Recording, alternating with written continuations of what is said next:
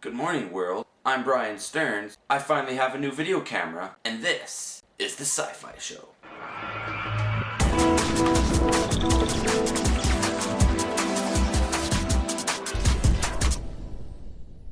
Merry Christmas, Hanukkah, Solstice, and any other holiday that I've missed. I have some great stories for you today, so let's get to it. Our first story today comes on the heels of the Stargate universe cancellation. From the sounds of things, the producers are still hopeful that the series can move forward even though it's been cancelled. Brad Wright told Show Patrol that they haven't given up on the series, while at the same time Joseph Malazzi told his blog that the cancellation of Stargate Universe has put the Stargate Atlantis movie on hold indefinitely. I think it's about time to call it quits for the franchise, because they just keep dragging its name through the dirt, and they're just so scared to let it go. The Stargate franchise will not be remembered for the great show that it was. Our next story is about Starz' upcoming television show, Camelot. It's set to retell the story of King Arthur after he pulls the sword out of the stone, and was originally expected to be released in the summer of 2011. However, with HBO's new series Game of Thrones being released early in the year, Starz has pushed the start date forward to April of 2011, which puts it to air right after the end of the prequel series to Spartacus, Gods of the Arena. Camelot will replace Spartacus in its Friday night time slot, which has been very good for this series, and is setting it up to air directly against HBO's Game of Thrones. The first season of Camelot will be 10 episodes long, and if the response to the show is positive, the creators are looking at creating a second season. While I haven't heard much about this show, Starz did a great job with Spartacus Blood and Sand, and I'm looking forward to see what they can do with Camelot. They don't have any big name actors in Camelot like they did in the beginning of Spartacus,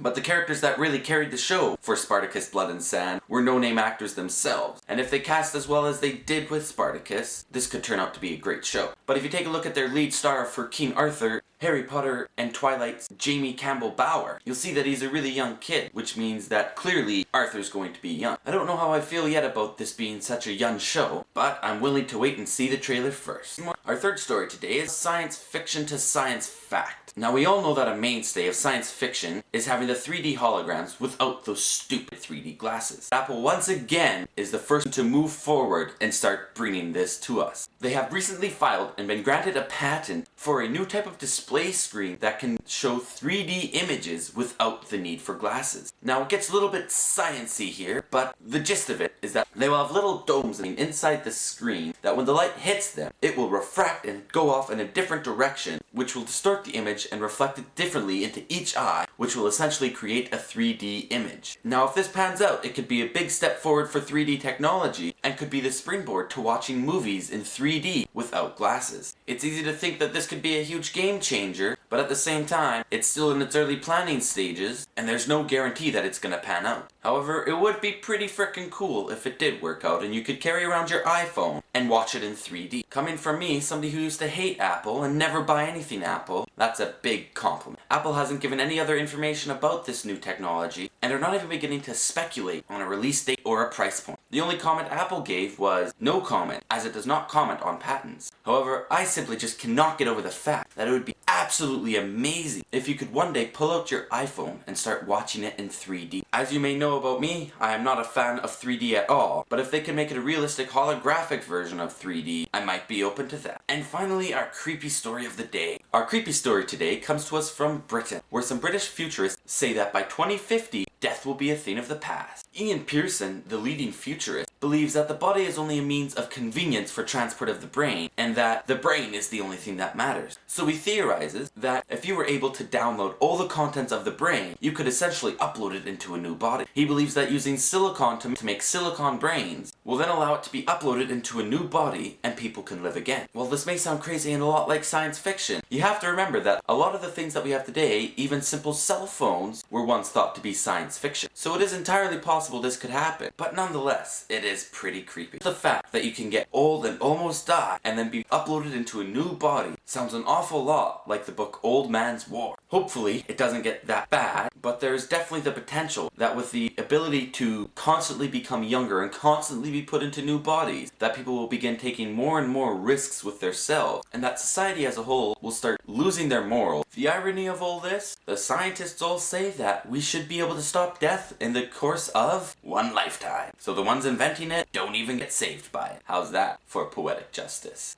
If you want to know more about this or any of the other stories I talked about today, you can check them out in the void down below, and I'd like to leave you with a question of the day. Today's question: what do you think of these two new advances in technology? Do you think that by 2050 we'll be walking around with holographic projections in our new silicon bodies? Or is death still going to remain a thing of the present? That's all I have for you here today. Thanks for watching, and stay classy, Planet Earth.